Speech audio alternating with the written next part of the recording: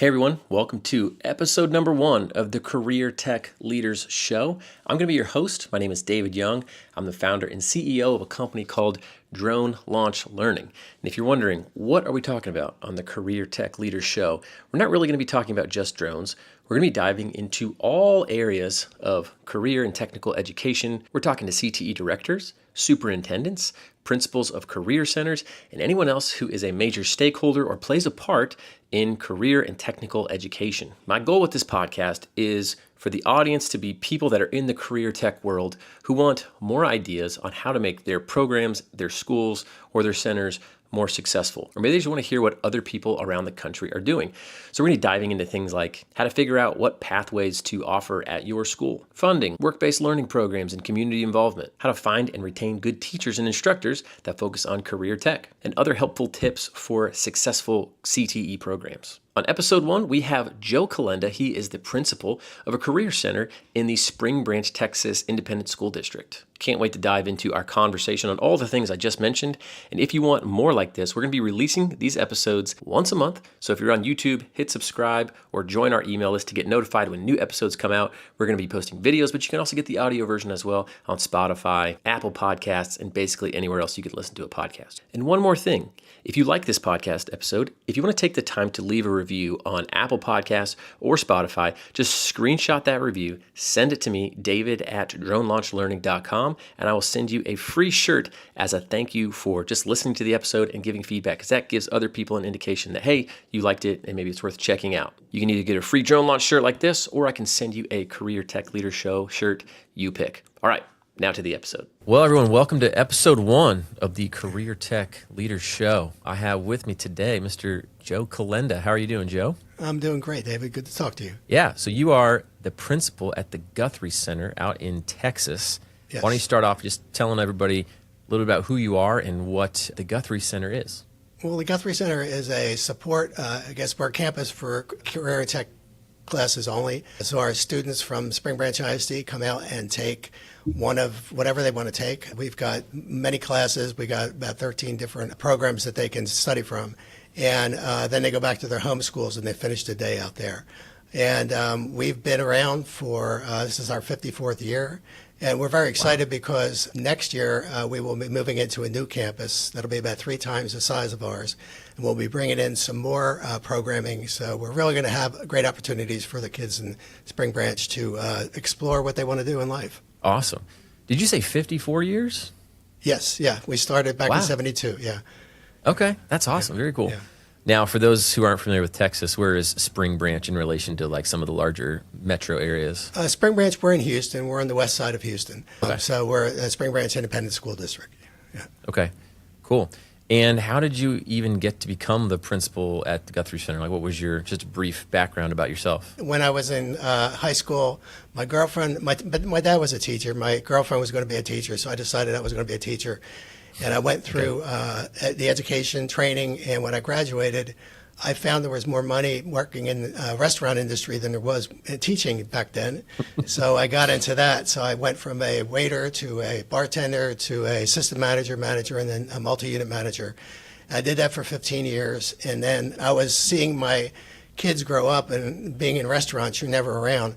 So I ended up getting out and getting into teaching. I taught for 5 years and transitioned into mid-management and then became a principal. So 26 years ago, I got this job. I saw it posted. I knew what it was, but I didn't know what I was getting into, and it was just amazing. And I got down here, and it was exactly what I wanted to do. And I've been very blessed to be able to be here as long as I have, and be able to work with great people and great students. Awesome. Very cool. Nice. So about the Guthrie Center, you mentioned you have several programs there. What's the setup like? So it's, you service the local high schools around there, and students Right. come. What's the setup? They come in for a portion of the day or certain days a week? What's that like? They come in for 5 days a week. They come in for 90-minute periods, and we've got anywhere from architecture to agriculture. We got an electrician program. We've got NJROTC. We got cybersecurity, culinary arts, and health science.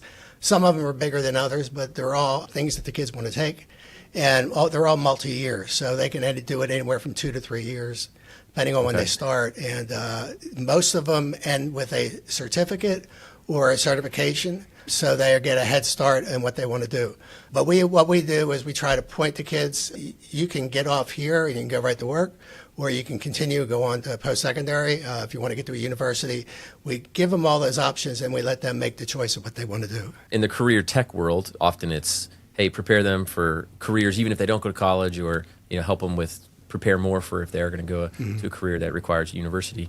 What do you see more of one or the other with your students? Do a lot of them go straight into the workforce, or does most of them go to college? What's that normally like? That's a good question.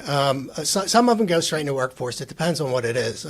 We've got an electrician technician program we started about 6 years ago, and when they get out, they have a level 1 certificate from the community college here. Last year, I think within 2 weeks of graduation, we had 8 of them employed already. So there's some great opportunities for them. Now, some of them don't do. Some of them go on. They'll be an electrical engineer or something, but they've learned some basic things on being an electrician. We've got some like culinary arts. Most of them, if they want to do it for a living, they're going to have to get some kind of certificate or something. So we try to point them, give them opportunities, but we have a mix, and we try not to tell them. The only ones probably that will be next year we have cosmetology. And the majority of them go into work. They're in barbering. They go into the salons to work.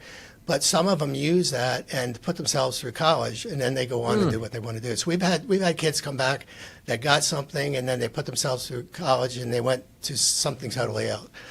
And nowadays it's so different because we pretty much stayed. I was probably unique because I went from career in restaurants to education. But some kids now, they're changing careers every 2 and 3 and 4 years because they get bored. So we try to give them as many options as possible. Yeah, that's actually really, I actually wouldn't have thought of that, where you can get a certification, get some skill, and then work while you're in college, make a little bit more money than you otherwise would. Yeah. I did that. I switched careers. I wanted to be a commercial pilot, and then after my first year of undergrad, I was like, nah, I want to do business. So I switched and did accounting, and then so that would have been nice to have some accounting knowledge going into school. Cool. Now I was going to ask you, so for the different pathways and programs of study you have, how many did you say you had there again? It was like 13 or something? We got 13, yeah. 13. How do you decide what to add? So let's say you're considering like a new one, or even the ones that you have now. What do you look at? Is it based on, I'm sure maybe a combination of it, but I'm interested to hear your take of like local workforce demands or what the students want. Like what factors are you considering when you set that up? That's a great question. So it depends on how successful you want it to be.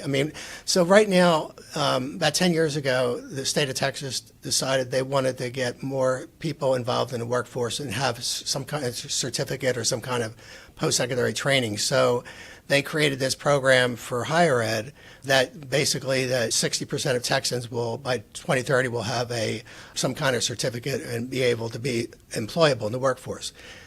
That was great, but then I've always believed that leave it to the kids to pick what they want to do, but that didn't happen.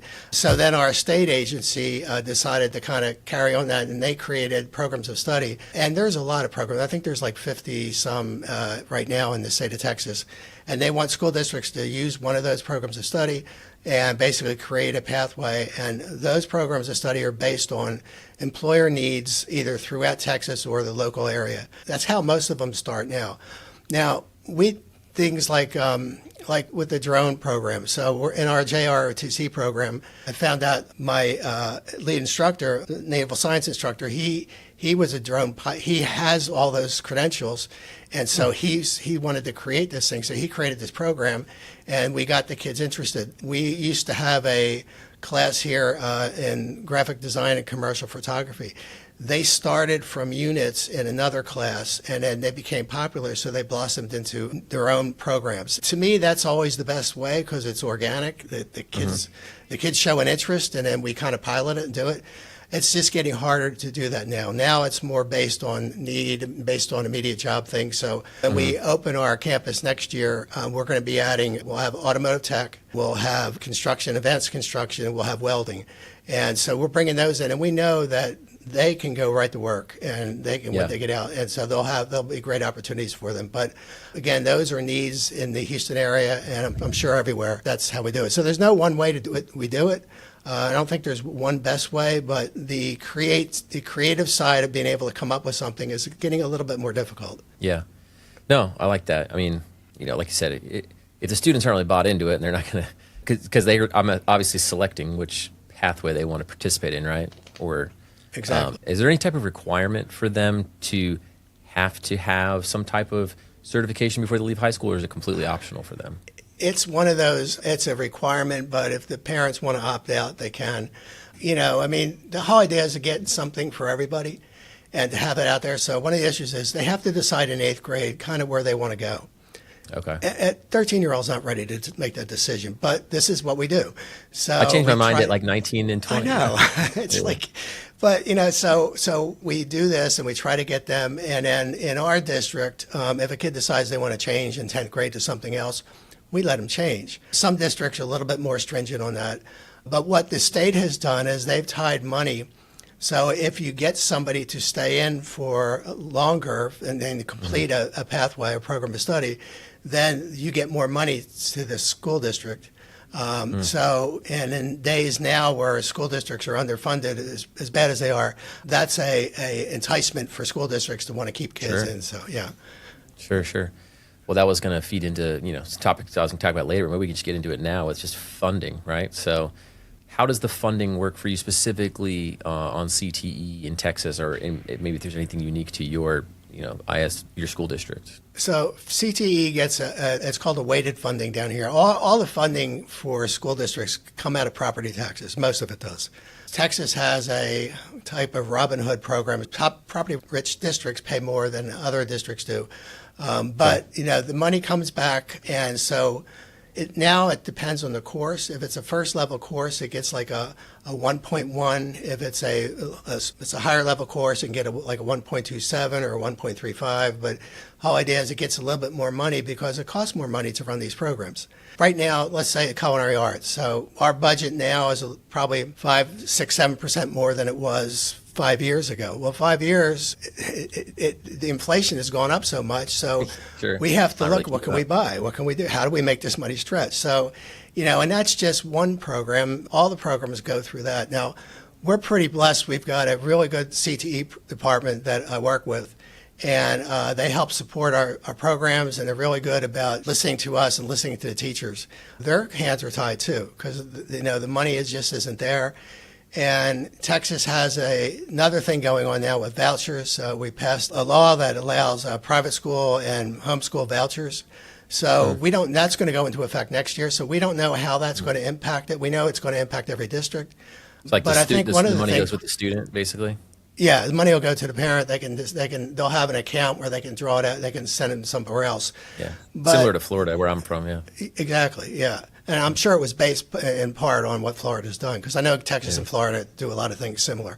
But the whole thing is when money's tight, you have to make tough decisions. So that's kind of what we. So we're 10 years ago, we could, if we had a program that was not doing well, we could give it a year or 2, 3 to try to pull it out and do some advertising and everything.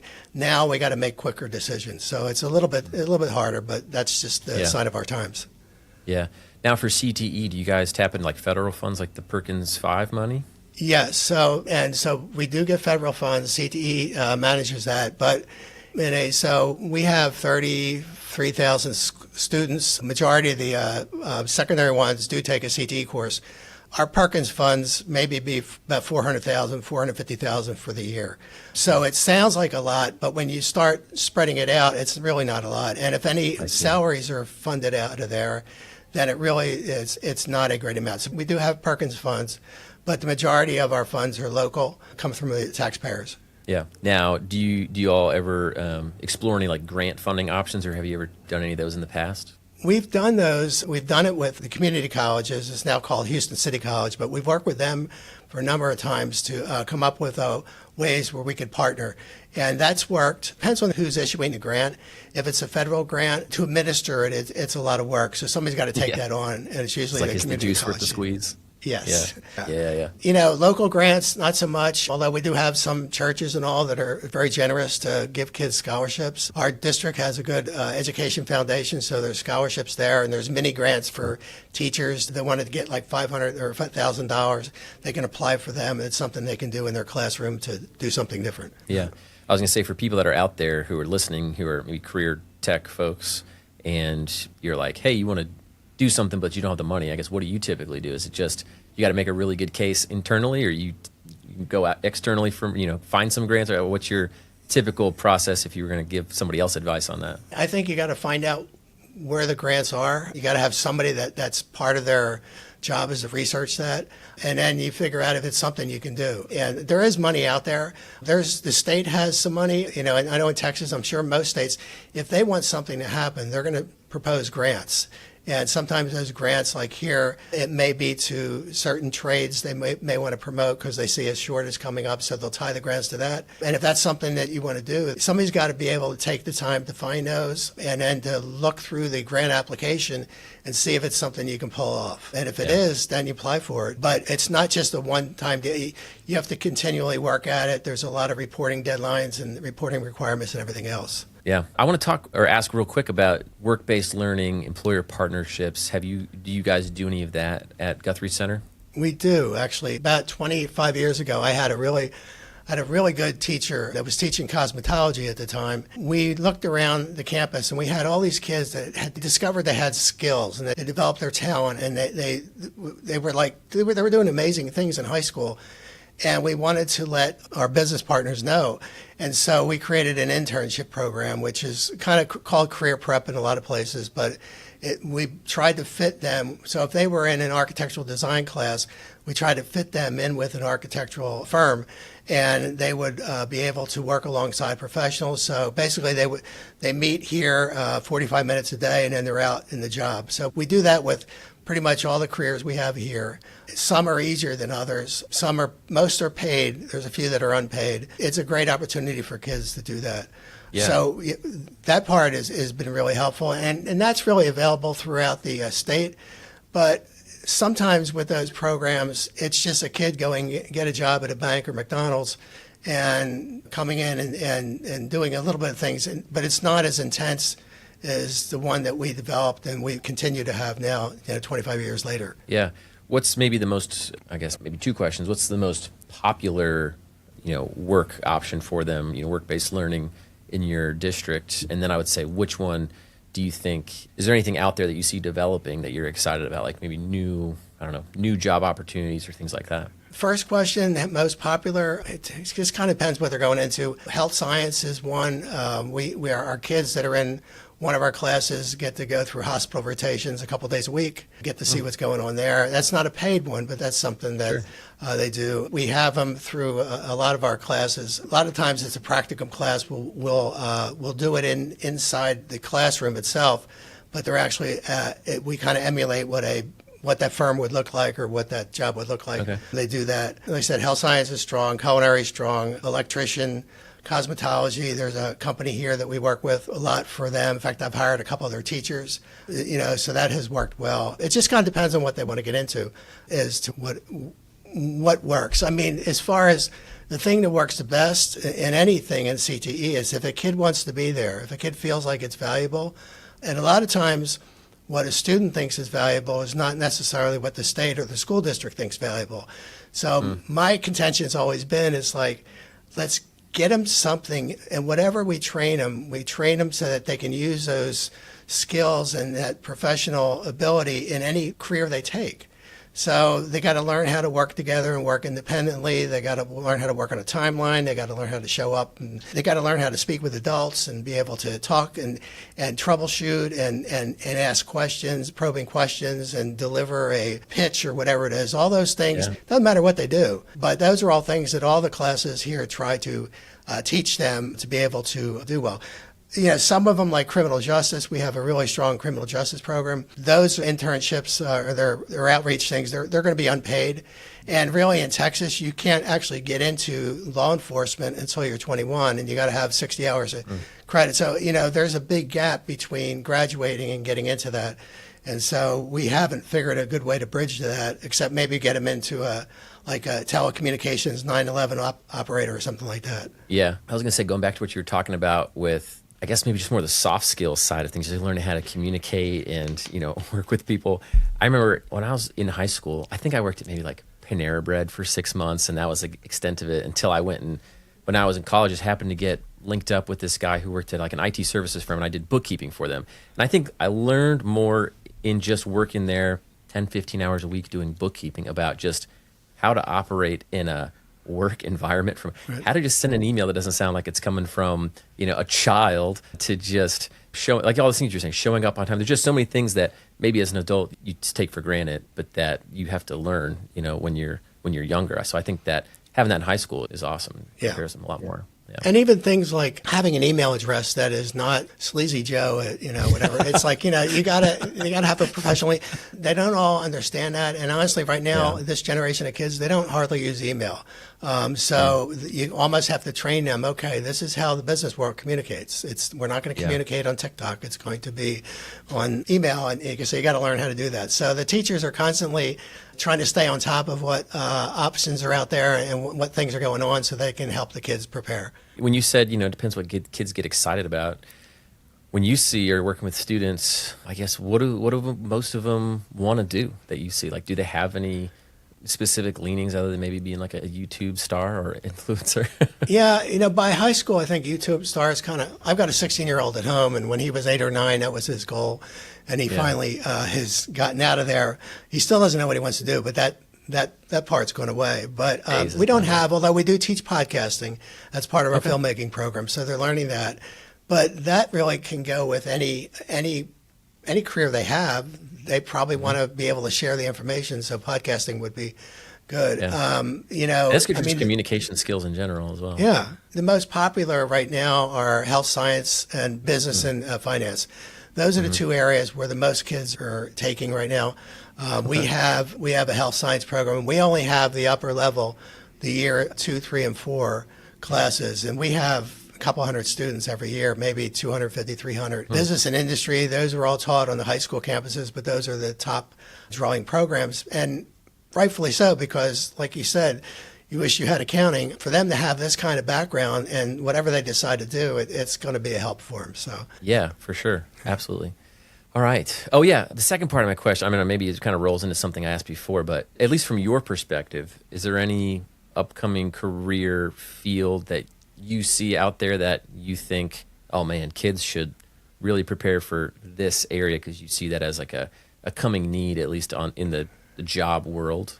Cybersecurity comes to mind because there's so many things that impacts every company now. What's happened in some of these careers is they don't become standalone anymore because they become ingrained. Because every company, if they have any kind of web presence or they're out there, they got to have somebody monitoring their security. So either they hire somebody or they get somebody within. Gosh, with AI right now and some of the amazing things it can do, that's, to me, might be part of the future as to what's that's going to look like. And I know every AI company is trying to come up with what it's going to be, their solution to it.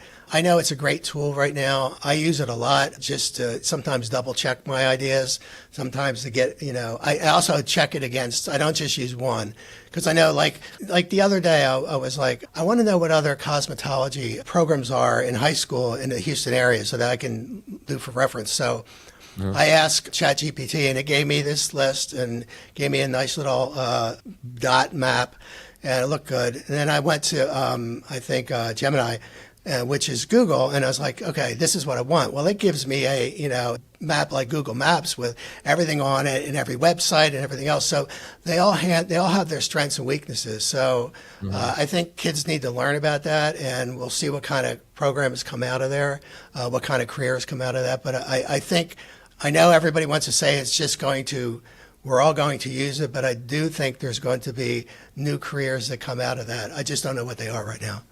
Yeah. Like any type of innovation or technology, you fast forward 15 years, you got jobs that didn't even know would exist at all. Right. Think about, obviously this is really old, but cars, there was not really cars at least 150 years ago there wasn't. So the fact that you have a whole automotive technology program that you're standing up, people would be like, well, what is that? Obviously that's a long time ago, but you can extrapolate that forward. Yeah. So about like emerging technologies, I was wondering, let's say AI or cybersecurity. Cybersecurity maybe is a little bit more mature than something like AI.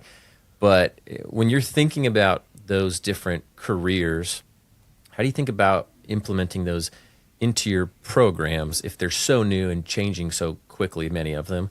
Do you wait for sort of some standardization to come out before trying to do anything in the classroom? Or are you guys trying to like, we're going to get ahead of it? Like, how do you think about that? That's good. I'm very impatient. I don't like to wait. So if you go by how, like school districts are bureaucracies, and so is the state. So if you go by lots of the way that they operate, then it would take a long time. And sometimes when you have an idea, it might take 2 or 3 years to implement. Well, then it's not an idea anymore. It could be on its way out. So we like to, if we can find something and put it in as a unit or something in a class that's connected to it, to me, that's the best way. And you see how kids take it. Now, we've had a couple they should have taken off and they didn't.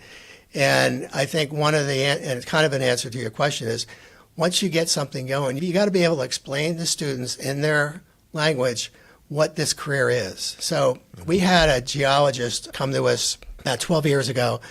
He said, I have all these different things from all these different programs that tell us stuff about exploration and all, but nobody knows how to interpret them. And right now we have geophysicists making $300,000 a year making spreadsheets. That'll make you just perk up. Yeah, and so they're like, so we need somebody that can do this. They can do it out of high school. And he explained what we could do. So we started that program. And these kids, when they got out of high school, they could have been hired for $80,000 a year. And all they would be doing is being able to make presentations based on his data.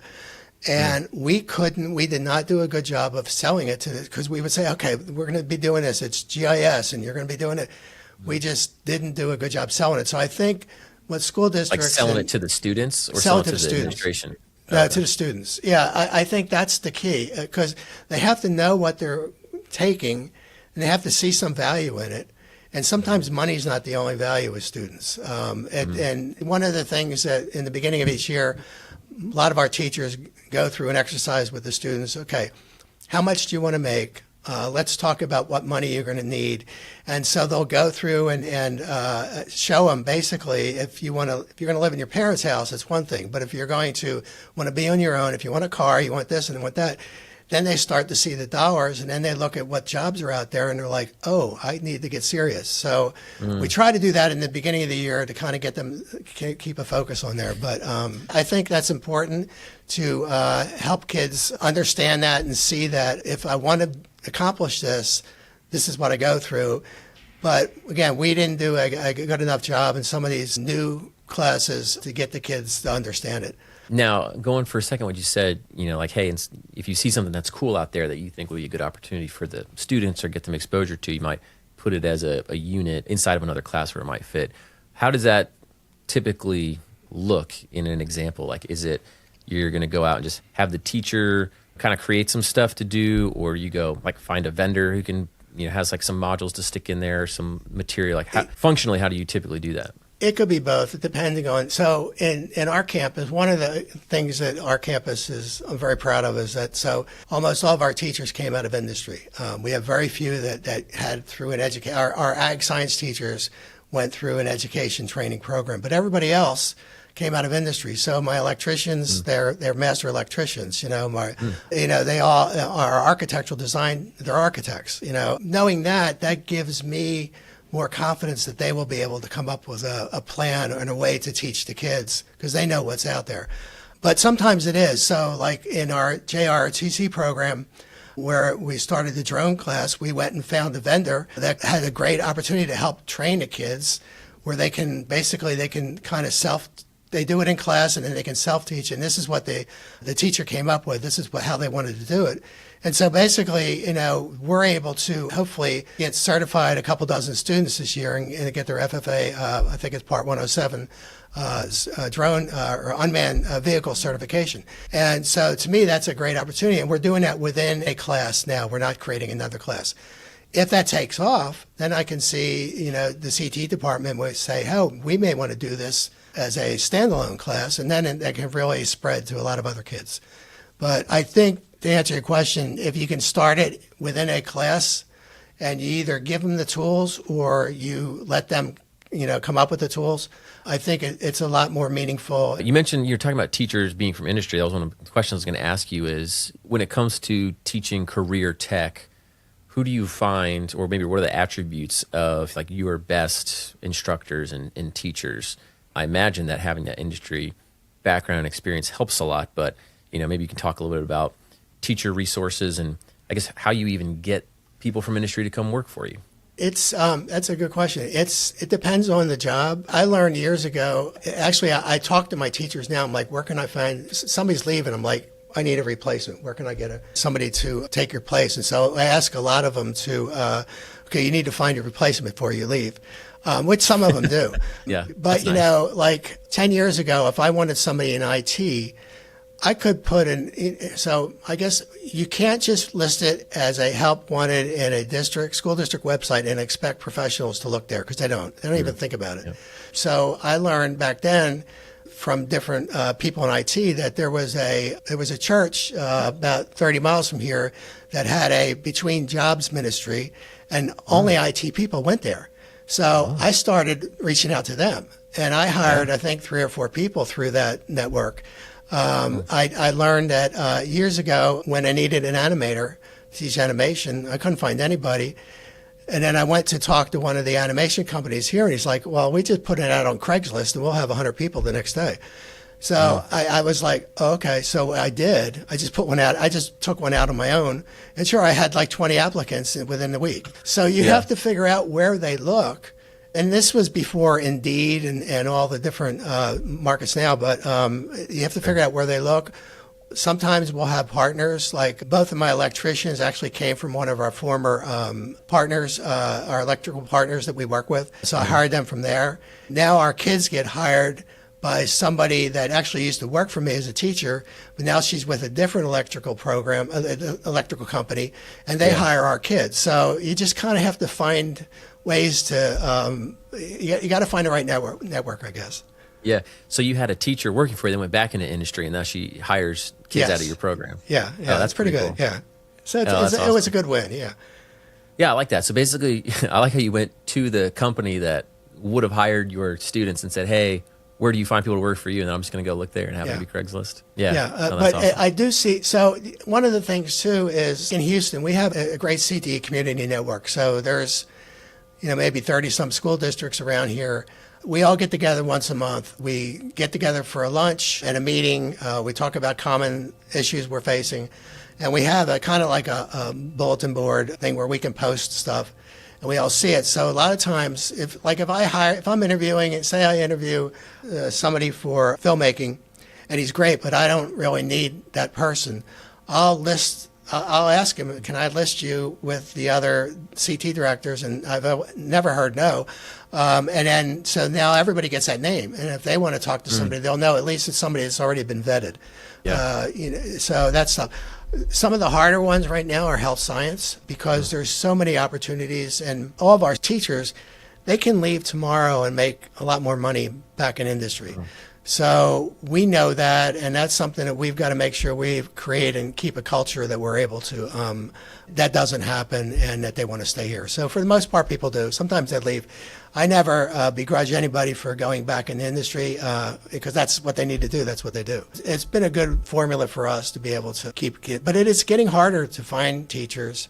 One of the things that our district, in Texas, they allow something called local certification. It's a district of innovation, but basically it's a local certification. So we can get somebody out of industry. Let's say somebody that's welding. We can get them in and we can say this is a professional welder. They've done this for 10 years. They show all these good characteristics and everything. We want to hire them just to teach welding in our school district, and we can do that. Now, they can't go to another district and do that unless that other district wants to do the same thing. So that's another way for us to find teachers and get them in, and that's helped a lot. Sometimes that gets a little bit overused, but it's still, in a pinch, it helps to be able to get somebody teaching right away. I actually hired a guy, this was 3 years ago, one of our electrician teachers. He came into the interview. He looked the same age as our high school students. Well, he was pretty close. He was 21. He always wanted to teach, but he could never afford to go to school. And he was an electrician, and he had such a great presence in his interview that we we discussed everything, weighed the pros and cons, and we ended up hiring him. So he's in his third year now. He's doing a tremendous job. You know, one of the first things we had to say is grow some facial hair and don't tell the kids how old you are. But he has done a great job and a great rapport. But again, he was locally certified, so we could basically say he could work for us in Spring Branch. Well, one thing I was going to say, you know, when you mentioned these teachers have the opportunity to go make more money elsewhere, I would say, or my questions are, A, what do you do to incentivize them to stay with you teaching?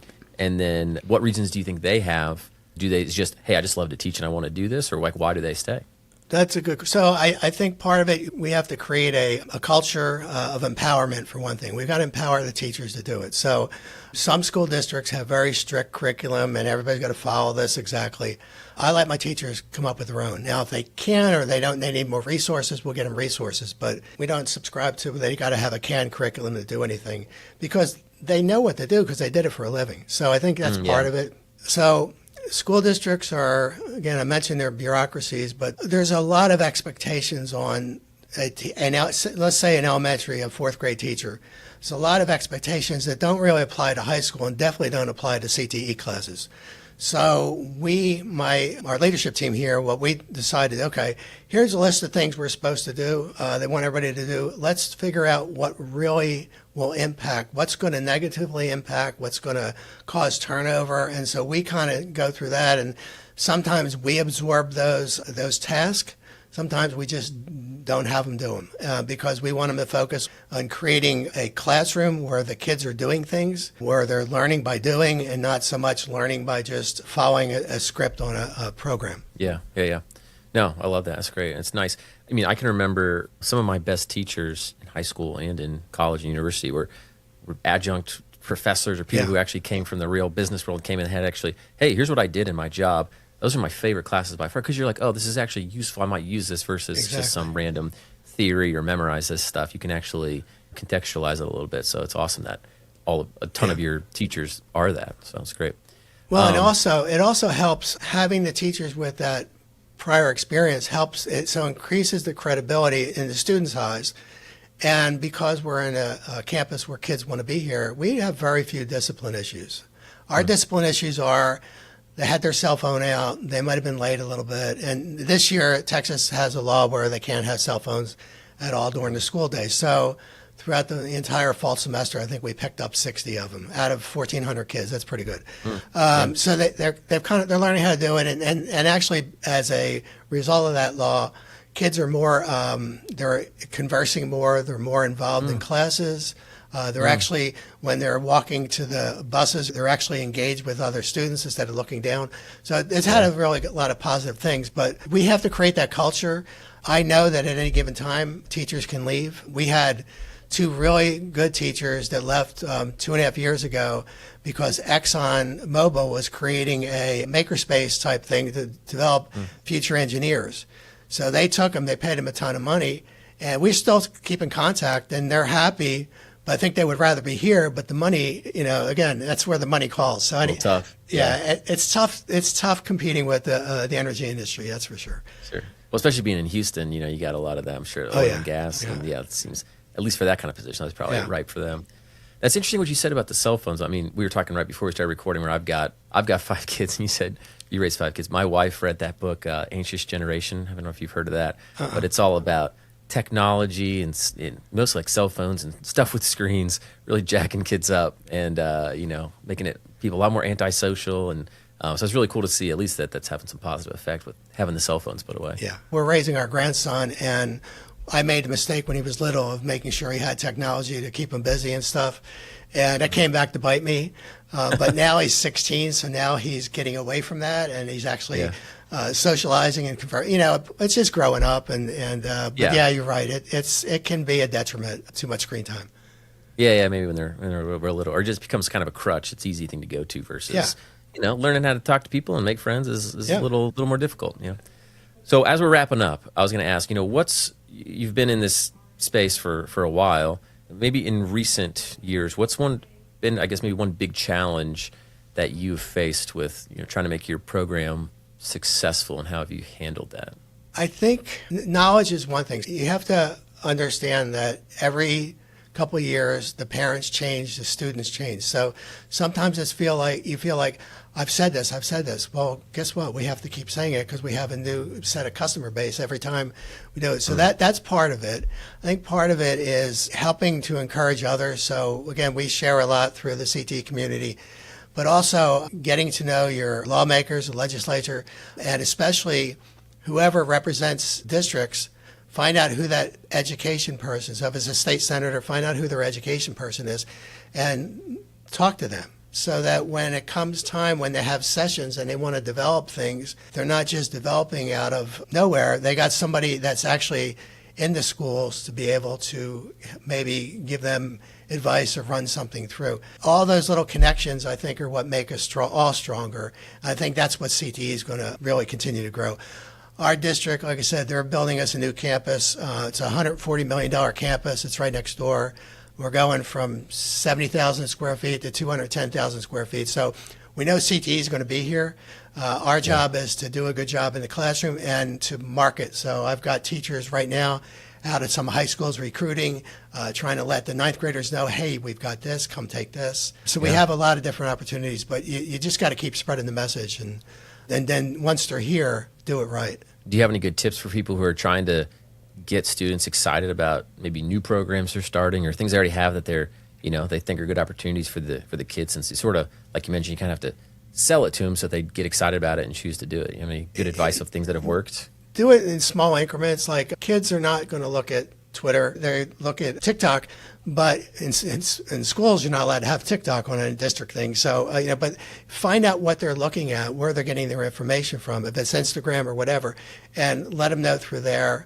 If you do any kind of videos on YouTube or something like that, make them 30 seconds or less because they just don't hold their interest. And then if they want more information, you can have the link for them to do it. But if you're marketing to parents, you can still market to on Facebook and some of the other ones. But the whole idea is to be able to have a broad brush. But if you want to let students know, you got to figure out what they're looking at, where they're getting their information, and share it that way. And one of the things we do here is we open our campus up. We have the eighth graders come and tour here every year.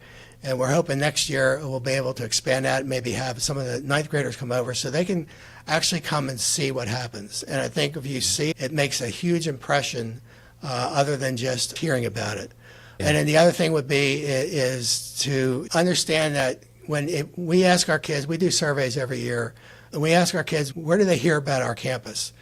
And when you combine everything that has to do with people, whether it's family, whether it's a counselor, another teacher, or friends, that's usually about 60 or 70% of the influence that they have. Social media is small. It's people telling them this is good. So do a good job when you're here. That word gets back, and then kids will want to take the class. Yeah. No, that's great. Very cool. This is wise info. Thanks. Joe, I'll keep you for longer. Any parting words for school leaders out there, words of wisdom? I just love your job and understand they're kids. They're going to make mistakes, but for the most part, especially when you're in CTE, I remember my CTE teachers from high school. People will remember that because they develop a stronger bond than an English teacher does or a math teacher does. And understand that. That's a great responsibility, but take advantage of it and just understand they're kids, but we're going to give them a great roadmap to be successful in life. Yeah, love it. Thanks, right. Joe. I appreciate your time. Thank you. Appreciate it. Thanks.